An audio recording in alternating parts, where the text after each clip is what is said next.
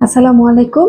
আমি professor doctor Selina Akter. সবাইকে মাহে রমজানের শুভেচ্ছা। এই রমজান মাসে অনেক গর্ভবতী মায়েরা আছেন, ঔষধ কখন খাবেন সেটা নিয়ে একটু দুশ্চিন্তায় পড়ে যান। আমরা সাধারণত সাপ্লিমেন্টগুলো সকাল এবং রাতে দিয়ে থাকি। তো আপনার সকালের যে মেডিসিনগুলো আছে সেগুলো আপনি অনায়াসেই সেহরির সময় খেয়ে নিতে পারেন, আর রাতের যে মেডিসিনগুলো আছে সেই মেডিসিনগুলো ইফতারের পরে খেয়ে নিতে পারেন। আর দুপুরবেলা যে মেডিসিনগুলো থাকে সাধারণত দু একটা থাকতে পারে, তবে আমরা চেষ্টা করি রমজান মাসে 2 বেলা ওষুধ দেওয়ার জন্য।